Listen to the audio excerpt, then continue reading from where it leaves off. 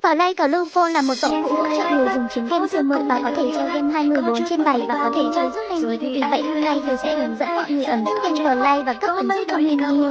Mọi người hãy làm theo mình và nhìn kỹ để tránh sai suất.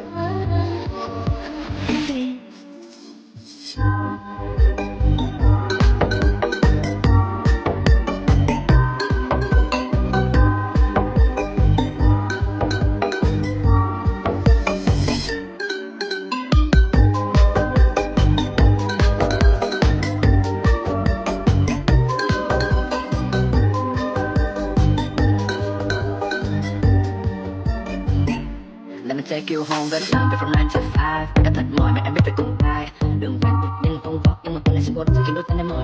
Em đi đâu mưa bay những về mặt vì gần nhiều ngày đi vắng nhưng anh sẽ từng thương mình khiến anh vui thôi.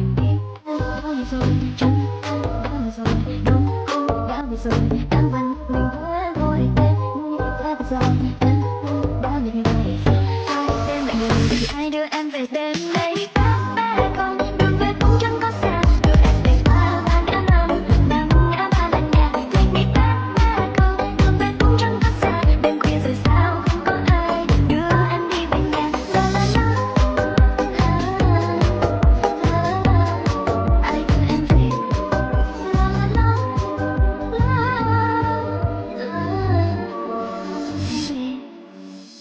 Phố ngoài kia cũng như em đi qua nơi đây với nhau, cũng